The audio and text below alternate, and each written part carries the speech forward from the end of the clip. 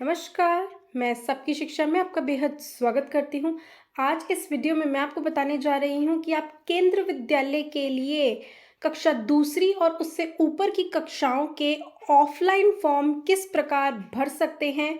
जी हाँ, सबसे पहली बात मैं आपको बता दूँ कि यह ऑफलाइन फॉर्म आपको नज़दीकी केंद्र विद्यालय में जाकर या तो मिल जाएंगे या फिर आप ऑनलाइन उनकी वेबसाइट से भी इसे डाउनलोड कर सकते हैं। लेकिन दोनों ही स्थिति में आपको केंद्र विद्यालय में जाकर ही इस फॉर्म को सबमिट करना होगा और साथ में जोड़ने होंगे ज़रूरी कागजातों की फ़ोटो कॉपी। इसके अलावा मैं आपको बताना चाहूँगी कि यह फॉर्म बिल्कुल निःशुल्क है। आपको इसके लिए कोई भी तरीके का शुल्क या कोई भी रकम नहीं देनी है।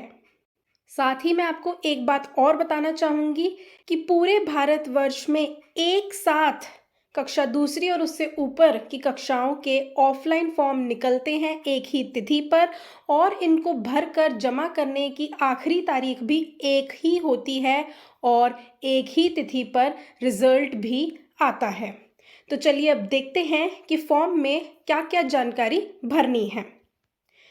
तो सबसे पहले तो आपको क्लास भरना होगा। जिस भी क्लास में बच्चे का दाखिला आप दिलवाना चाहते हैं, आपको बच्चे की लेटेस्ट एकदम नई पासपोर्ट साइज़ फ़ोटोग्राफ चिपकानी होगी, बच्चे का नाम लिखना होगा, उसका लिंग बताना होगा, मेल फीमेल या थर्ड जेंडर। फिर आपको बच्चे की डेट ऑफ बर्थ लिखनी होगी। फिर आपको बतानी होगी कि 31 मार्च को बच्चे की उम्र क्या है, पहले वर्ष में, फिर महीनों में और फिर दिन में। बच्चे का ब्लड ग्रुप क्या है यह आपको बताना होगा। बच्चे की श्रेणी बतानी होगी, general category, SC, ST, OBC, creamy layer, OBC non creamy layer, EWS, BPL, differently abled या एसजी चाइल्ड। और यह बताने के लिए आपको जो है सर्टिफिकेट भी अटैच करना होगा, यानी कि जाति प्रमाण पत्र भी जो है वो इसके साथ अटैच करना होगा। आधार कार्ड नंबर लिखना है आपको बच्चे का। फिर उसके बाद जो है माता पिता का विवरण जाना हुआ है कि माता का नाम क्या है, पिता का नाम क्या है, दोनों की नेशनैलिटी क्या है, दोनों का ऑक्यूपेशन क्या है। अगर माता जो हैं वो होम मेकर हैं तो आप वही लिखेंगे, पिता जो भी काम करते हैं आप वो लिखेंगे। कार्यालय का नाम क्या है, यानी कि जहाँ पर भी माता और पिता काम करते हैं उनके ऑफिस का नाम क्या है, उस ऑफिस का एड्रेस क्या है और वहाँ का टेलीफोन नंबर क्या है। फिर उसके बाद आपको बताना है कि डिस्टेंस कितना है केंद्र विद्यालय से घर का। फिर आपको बताना है कि उनकी बेसिक पे कितनी है, माता कितना कमाती हैं, पिता कितना कमाते हैं। फिर ये भी बताना है कि आपने पिछले 7 सालों में कितने ट्रांसफ़र करे हैं या नहीं करे हैं। फिर आपको ये बताना है कि माता पिता की सेवा श्रेणी क्या है, यानी कि सर्विस कैटेगरी क्या है। और फिर उन्हें अपना एम्प्लॉय कोड लिखना है अगर उनके पास है तो। फिर उन्हें अपनी ईमेल आईडी यहाँ पर लिखनी है और फिर यहाँ पर उन्हें अपने सिग्नेचर करने हैं और यह दर्शाना है कि उन्होंने जितनी भी अभी तक ऊपर जानकारी दी है वो सब सही है और दिनांक यहाँ पर लिखनी है। फिर ये जो सर्विस सर्टिफिकेट है ये सेंट्रल गवर्नमेंट के एम्प्लॉयज़ के लिए है और सर्टिफाइड किया हुआ है कि ये श्रीमती, इनकी डेजिग्नेशन ये है, ये जो है रेगुलर एम्प्लॉय की तरह काम कर रहे हैं इस मिनिस्ट्री में। तो ये जो है ये आपके अगर आप केंद्र सरकार के साथ काम करते हैं, सेंट्रल गवर्नमेंट के साथ काम करते हैं, तो ये आपको जो है भरना है। कार्यालय के अध्यक्ष के हस्ताक्षर होंगे यहाँ पर, उनका नाम, पद और कार्यालय का मुहर लगेगा यहाँ पर। फिर यहाँ पे कार्यालय का पूर्ण पता एवं दूरभाष संख्या यहाँ पर आपको लिखना है, स्थान लिखना है, दिनांक लिखना है।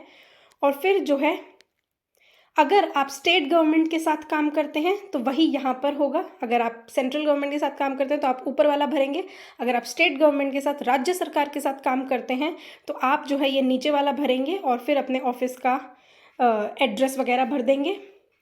फिर उसके बाद जो है certificate of number of transfers, फिर वो आपसे पूछ रहे हैं कि आपने अभी तक कितने ट्रांसफ़र्स लिए हैं और उनके क्या क्या सर्टिफिकेट हैं। पिछले 7 साल के ट्रांसफ़र के बारे में आपसे पूछ रहे हैं।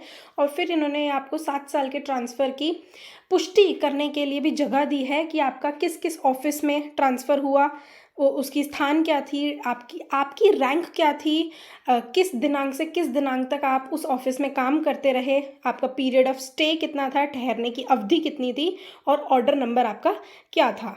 तो यह सब आप भर के दोबारा नीचे जो है सिग्नेचर कर देंगे, हस्ताक्षर कर देंगे।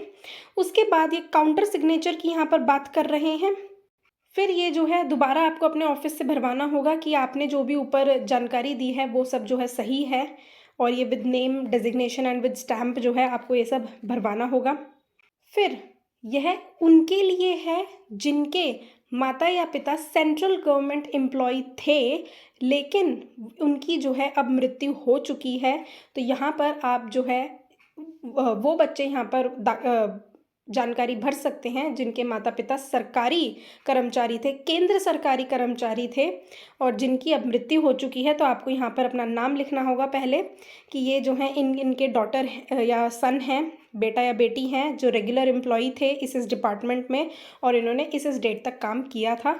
और फिर दोबारा से आपको उनके ऑफिस में जाकर उनके हस्ताक्षर और मुहर लगवानी होगी। तो ये जो है ये था पूरा फॉर्म, पंजीकरण प्रपत्र, जैसे रजिस्ट्रेशन फॉर्म हम कहते हैं।